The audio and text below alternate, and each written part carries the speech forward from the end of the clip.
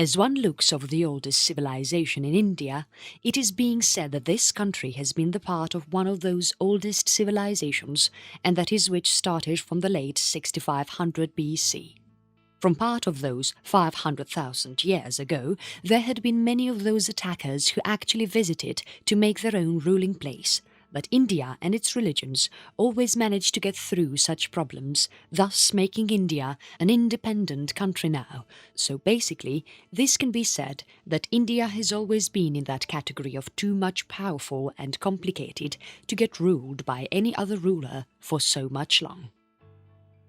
Also, as we look over those archaeological reports, it is being said that India can actually be divided into 5 different phases of time, which includes Saraswati civilization, also known as Harappan evolution or Vedic period, that is believed to be lasted from 6500 BC to 1000 BC. After that comes Golden Period in history of India, lasted from 500 BC to 800 AD. Moving along, which comes Muslim influence towards India dated from 1000 AD to 1700 AD. And then comes British rule in India from the date of 1700 AD to 1947. After which comes modern India that one look over for till now. Ancient India. Here is what led to the beginning of something new to be happened in the history of world, and that was what you know by the name of beginning of civilization around the date of 6500 BC, whose evidence was first noticed in Meharkar. Also, it is being said that this evidence was actually one of the earliest evidence which tells about the world's earliest human sanctuary. Meharkar was considered as the earliest and one of those largest urban locations of that period, where there was also found the evidence to domestic life, beginning of agriculture and also arts and crafts. There was the continuous process of development in domestication, agriculture, and also began, which brought up the use of barley, wheat, rice and metal too, following which the huge development that was being noticed in many of those villages and towns. It is believed that people at that time of the era were as basic and ethnic as one can look over in India today, and also having those basic types of languages, making it not too much complicated or anything. This time of the era is also considered as the Vedic period, which is actually named after that Indo-Aryan culture which was considered as the part of northwest India, where other parts of India were actually following some different cultures during that period of time. In any case, if you wish to know about the Vedic culture, then head on to the Vedas, which has every single detail about the same and also is considered as holy by Hindus, that is specifically written in Vedic Sanskrit. There are many of those historians according to which it is analysed that Vedas wanted a Vedic culture to become the part of Punjab and also to those upper plains of Ganges. Along with that, it is also measured that this period have actually comprehended those number of waves which includes the migration of Indo-Aryan into the area of subcontinent from northwest. Moving along, by the time Atharva Veda came into existence, the people, tree and cow were considered as the holy ones, which are actually meant to be prayed and respected. There were those many number of concepts related to Indian philosophy which adopted their roots into Vedas later with time, such as Dharma, Karma, etc. Primary society of Vedas is actually defined in the Rig Veda. In the Rig Veda, which is considered as one of the oldest Vedic texts and is believed to have been combined and accumulated during the time period of 2nd millennium BCE in some northwestern area of the Indian subcontinent. Also, by this time of the period, there were those large number of tribal and pastoral groups maintained in the Aryan society, which was entirely different from the Harappan development that had already been abandoned. Also, this primary Indo-Aryan occurrence probably links to the ochre-coloured pottery nation, though it was actually in pretty small regions. By the time Rig-Vedic period came to an end, the Aryan society began its roots to get expanded from that part of northwestern region of Indian subcontinent to the Ganges plain in west direction. Now, This expansion here made it possible for that society to become progressively agricultural and also organized in respects of social culture, and that too around the grading of the four varnas, or which you can also call as social classes. Now, this social structure there was actually categorized not only by syncretizing with many of those instinctive cultures that were already the part of north part of India, but also ultimately by the process of eliminating those ethnic group of people by considering them as people with impure livelihood. Also, this was the period when many of those earlier small ethnic components and chiefdoms took a step forward to combine into many of those monarchical and state-level organizations. There were those two cities discovered at the time of diggings in 1920 in the area of Indian subcontinent, among which one was Harappa on the sides of Ravi River and another one was Mohenjo-daro at Indus site, which were actually the part of large civilization, now known to people by the name of Indus Valley Civilization or Saraswati Civilization. During the time period of 3100 to 1900 BC, there was that huge rise in the field of agriculture, art and craft, and also many more under that time of Harappan civilization. Also during this period of time, there were many of those buildings which were constructed by keeping in mind number of tactics that was not in any way less than modern cities planning. Two of these cities were actually planned really well, keeping in mind those all of the conveniences which can be in need to people so as to make their living easier and good for them. Not only these, but there are also many other cities which are being the part of the Indus Valley civilization, named as Kalibangan, Lothal, Harappa, Mohenjo-daro and Mehrgarh, which were having within those 500 cities along the sides of river, awaiting over to get combined with each other. During this era of Vedic period, there was also a time when Iron Age kingdom was brought up into power somewhere near to 1200 BCE, also described by the rise of Janapadas, which is considered as empires, republics and kingdoms, that is those rulings of Kuru, Panchala, Kosala and Videha. Among all of the well-known kingdoms, Kuru kingdom was the one which is considered as that very first state-level civilization of the time when Vedic period was being in action, and that too at the time when Iron Age was introduced somewhere in the region of northwestern India around that time period of 1200 to 800 BCE. While being in action, this Kuru kingdom also managed to unify the Vedic chants into gatherings that lead to the development of traditional Srauta ritual to help in sustaining the social order. Huge transformation could be seen in the northern part of Iron Age India that actually made this realm to get transformed into the very well-known political and cultural power, behind which were the two major figures of that ruling period, named as King Parikshit, following his successor named as Janamejaya. Now, as this period of Kuru kingdom began to get weakened up, Vedic culture got their focus shifted over to their neighbours from the east, and that were known by the name of Panchala kingdom. There were also that grey ware culture painted and brought in light by the art of archaeology, which managed to get thrived into the regions of Haryana and western Uttar Pradesh from north side of India at around the time of 1100 to 600 BCE, and also is believed to resemble to the above-mentioned kingdoms, that is Kuru and Panchala.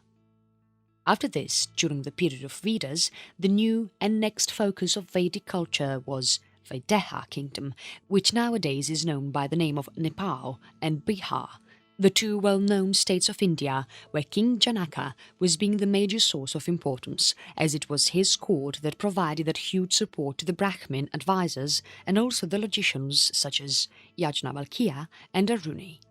This period, being into the advanced part, resembles with an association of progressively major states and kingdoms also known by the name of Mahajanpadas all over the northern part of India. Golden period of India.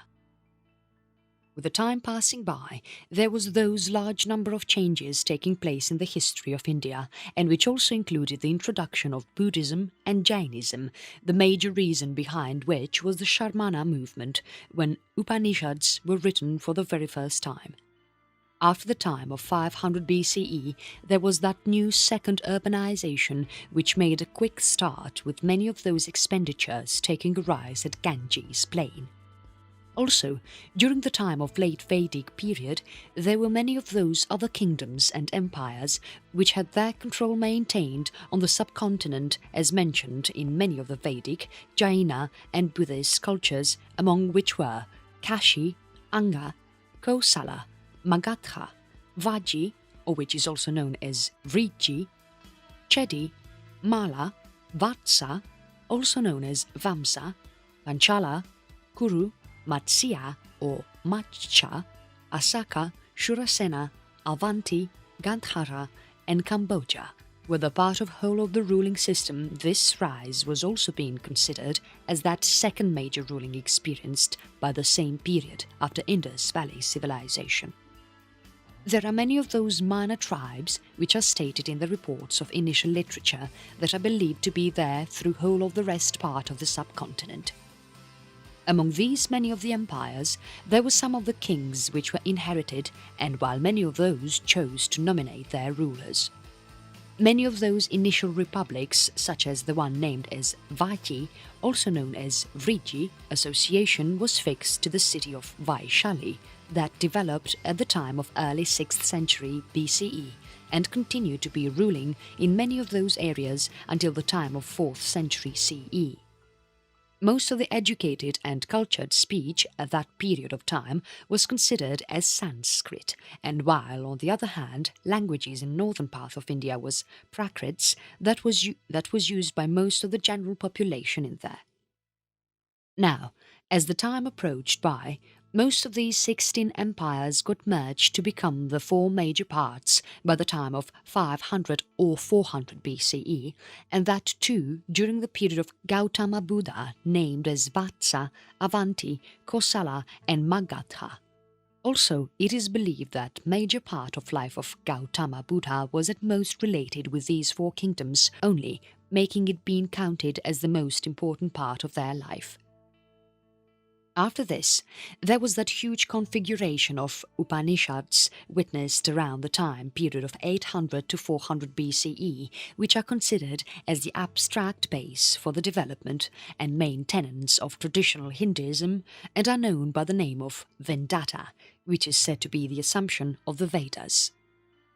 There was a time when these Upanishads also brought over an issue to launch attacks so as to increase the strength on that same ritual and religion, and the one who was seen worshipping some religion which is other than the self was considered as some domestic animal of gods in the reports of Brihadaranyaka Upanishad. On the other hand, Mundaka launched one of those most sarcastic attacks on the customary by relating people who raid sacrifice with some insecure kind of boat, which was limitlessly surpassed by old age and death. This continuous rate of growth in the urbanization of India during the time period of 7th and 6th centuries BCE brought a huge growth to new ascetic or Shramana movements that came up to challenge the tradition of rituals, major icons behind which were Mahavira, the supporter of Jainism, and Gautama Buddha, the founder of Buddhism. This movement of Shramana also came up with the concept of the cycle of birth and death, samsara, and the idea of freedom. During this very time, there was also that religion of Jainism spreaded by Mahavira to the whole of the world out there. Maurya Empire. Now, as the time passed by, there was that new rise seen in the form of Maurya Empire during the time of 322 to 185 BCE, which is considered as that solo and very first empire throughout which made India get united into one state, also being the largest on the Indian subcontinent. This was empire which made its roots get extended to many of those parts, getting over to the upper north towards the boundaries of Himalayas and moving along towards the east, where nowadays one can find Assam emerging. Also, it extended towards the west, passing over all of the boundaries of Pakistan to the area where one can now look for Afghanistan. The major hand behind the establishment of this empire was Chandragupta Maurya, with the assistance by Chanakya in the area of Magadha, where one can nowadays find modern Bihar emerging its roots. After Chandragupta, it was his son Bindusara who took hold of the powers and thus made them all grow all over the area, which was made possible by the time he died in 272 BCE. There was a large part of subcontinent that could be seen under Maurya Empire. Now, as the time was moving by, Bindusara also got defeated by Ashoka in 272 BCE, whose rule then lasted for around 37 long years, that is until the date of his death, which is 232 BCE. Ashoka, during his time of ruling, came up with a movement that was in contradiction of the Kalingans at around 260 BCE, which turned out to be effective and thus led to that great amount of loss in terms of life and misery. After this movement, Ashoka was though not so happy, and so which made him to avoid violence and thus also made him to embrace Buddhism. And soon after his death, there was not so much of growth in his empire, as the very last Mauryan ruler, named as Brihadratha, was murdered by Pushyamitra Shunga, so as to begin with the Shunga Empire. Kushan dynasty. Soon after the Mauryan Empire came to an end, during the time of 2nd century, there was that huge mixture of regional powers that could be seen in the part of South Asia. Also, the northwestern part of India could be seen getting more of the attackers at the time 200 and 300 BC. While this period of time, there also could be seen those various numbers of achievements in terms of arts and management, which was at the most believed to be encouraged by syncretism and cultural diffusion. On the other side, there was that growth of numismatics that was noticed by those in Indo-Greek, or which can also be called upon as Bactrians, of northwest direction. They were tracked by another group, which were at that time known to be called as the Shakas, or Scythians, who belonged to the plains of Central Asia and were by that time seen to be de-established in western parts of India.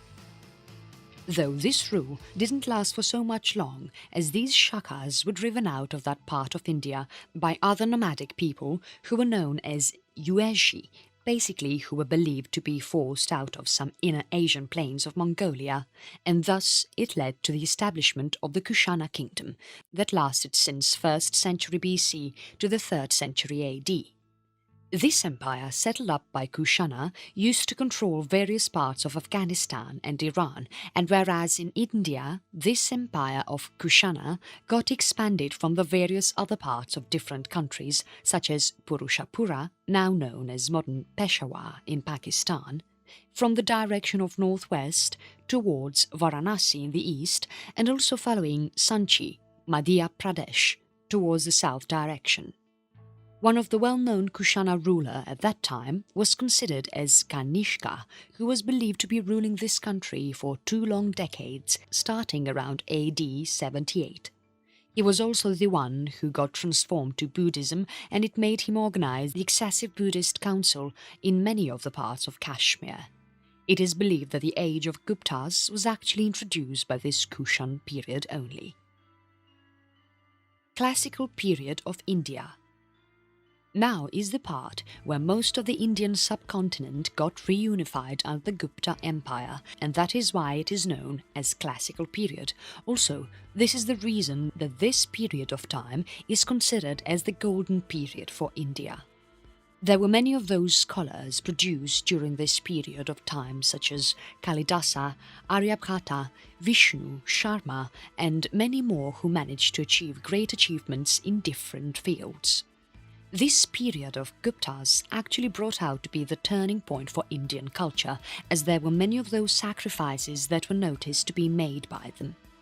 Among all of the rulers, the very first three, that is Chandragupta first, Samudragupta and Chandragupta second, made it possible through their military conflicts to get maximum of India under their ruling and leadership. Getting into the depths of same, it can be noticed that under the ruling of Chandragupta first, most of the empire was covered towards the north direction. As same as Chandragupta Maurya, he first worked upon winning Magadha and got his empire settled up at the same place where Mauryan capital could be seen standing, i.e. Patna, and used this place to get the kingdom extended towards the eastern portion of North India. After him, it was his son, named as Samudragupta, and also his grandson, known by the name of Chandragupta II, who worked upon getting the empire extended over whole of the area at north and western Deccan. It has also been said that Chandragupta II was extreme of all of the Gupta kings and was known by the name of Vikramaditya. However, moving along during the time of 480 AD, dynasty of Guptas got conquered by the Huns and thus took over their control on the northern part of India. Now, as the time passed by, Huns gradually started assimilating into the native population, and thus which led to get their state weakened up. As India was every day getting into someone's new hands to get ruled over, and so after Guptas and then Huns lost their control over it, there was one another emperor named as Prabhaka Vardhana, belonging to the family of Pushabhakti and used to rule over Thanisa, began to extend his power towards all of those other nations. He was actually considered as the first ever king of Vardhana Empire, with Thanisa being the capital, which is now a small town in the city of Kurukshetra in Haryana state. And as he died in 606 AD, his son named as Rajavardhan took a control over an empire and thus ended up becoming a king of Kananuj, though not for so much long, as he got killed in a battle which was fought against Maurya king Devigupta and Gauda king Sasanka.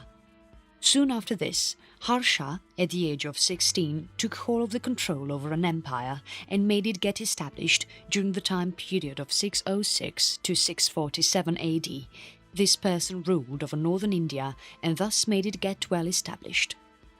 Harsha is actually considered as one of the greatest defeaters and also one of the vivid supervisors in terms of Indian history. During his time of ruling, he also managed to make his capital city get extended to the long miles, which is basically the example of how good he was doing with his ruling. Looking forward to the taxes, it is believed that only the fourth of his taxes were for the administration and rest were just meant for the betterment of his empire, such as art, culture and many more, which as a result led to achieve so many achievements in different cultures. As soon as Harshavardhana died, the kingdom of Kanauj became totally undefined, and that too by the time of 730 AD, when a ruler named Yashovarman started ruling over the dynasty till the date of 752 AD, which was then tracked by Ayutthaya Empire that was actually said to be maintained by 3 kings. This time of ruling is also being counted as the one in late classical period. Period of India under Muslims.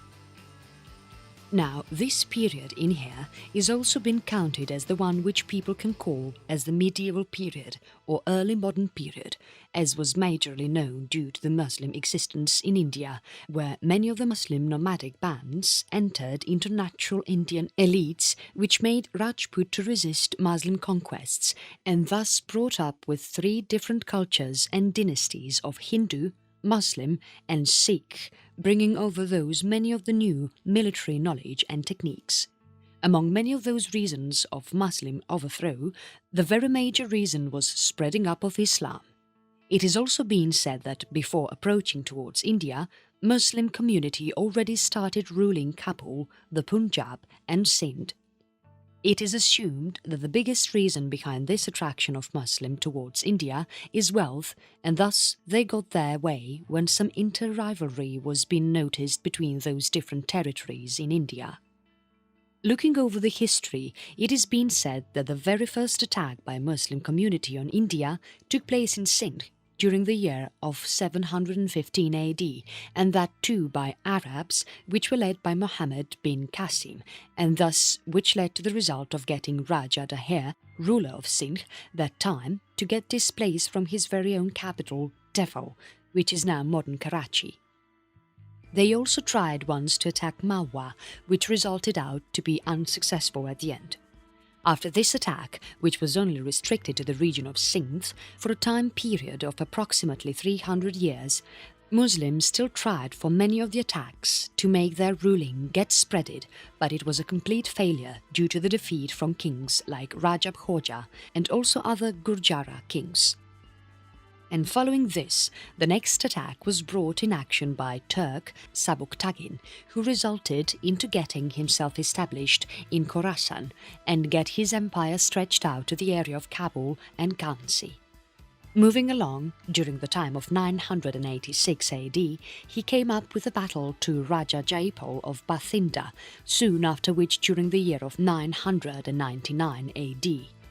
Raja Jaipal got associated with another king from Hindu community, which included Rajapala, the Prathira king of Kanauj, and also Tanga, who has been known by his ruling on Chandela kingdom, but then they also ended up getting defeated.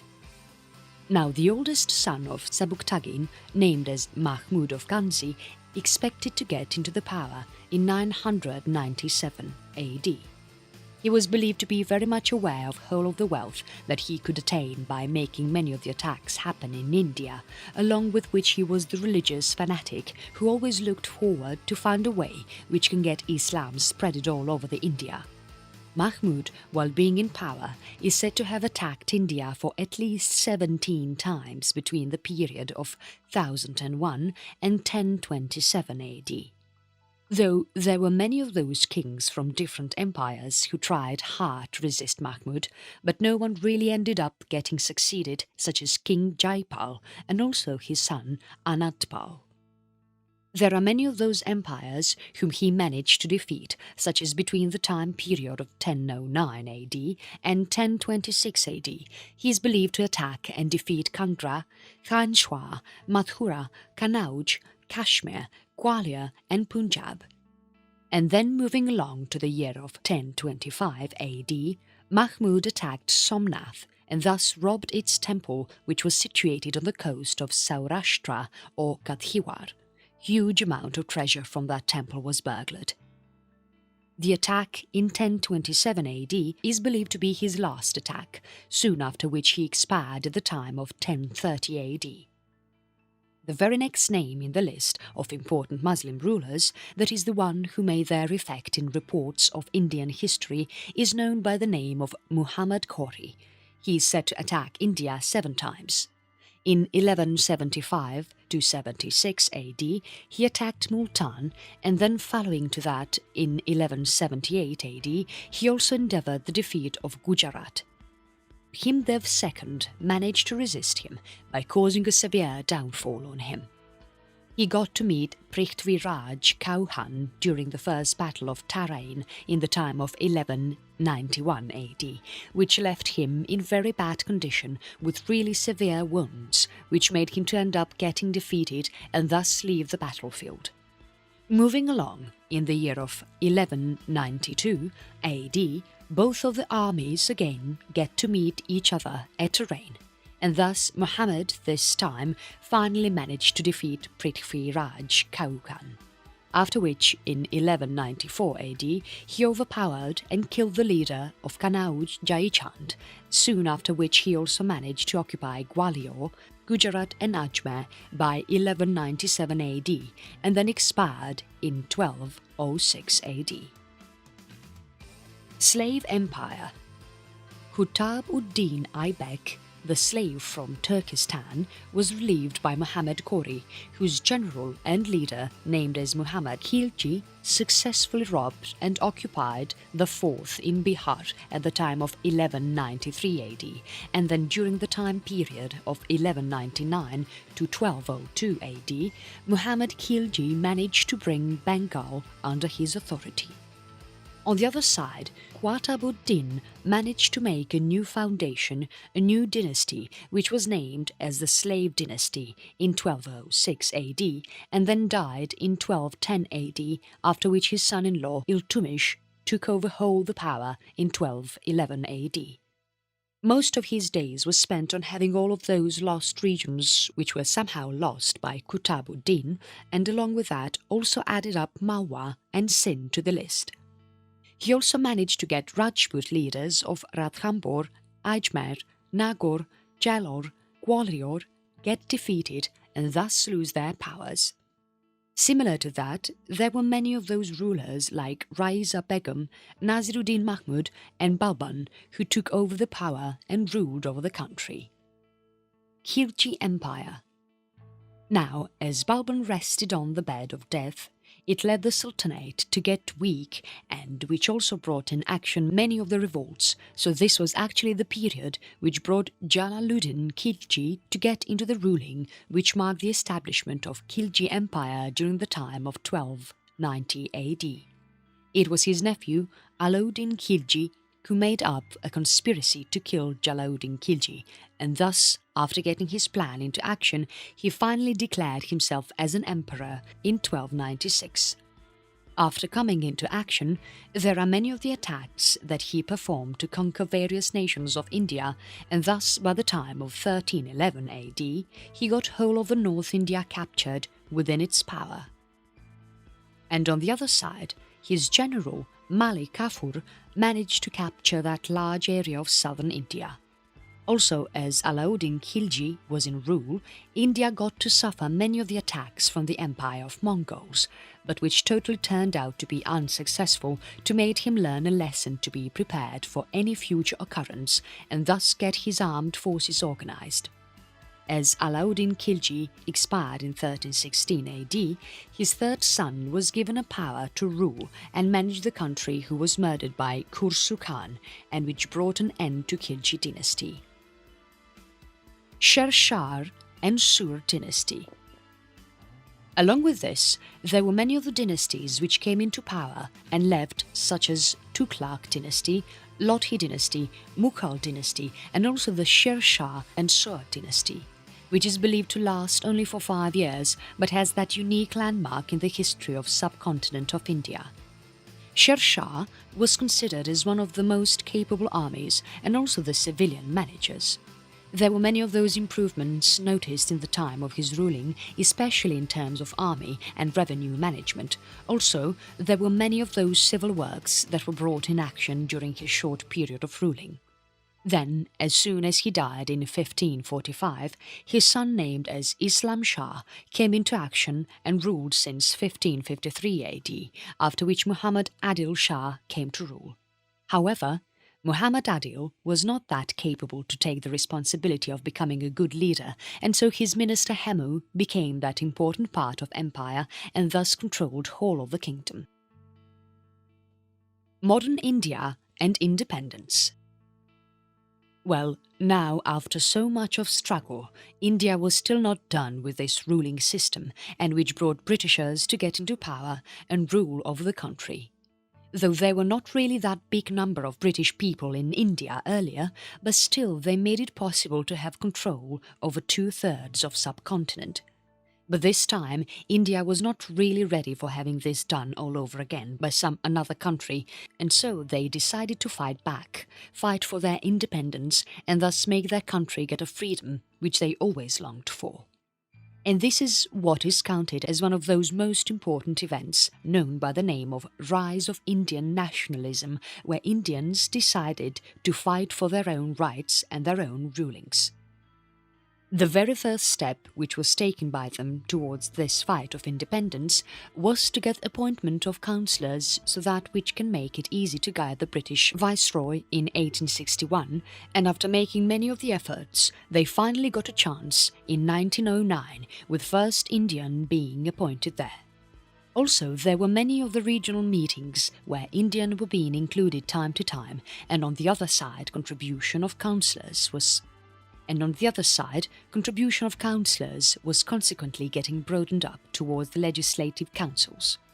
Also, an army, a British Indian army, was constructed with British people being senior officers and the troops being selected as people from many of those small marginal groups, such as Gurkhas from Nepal and also the Sikhs.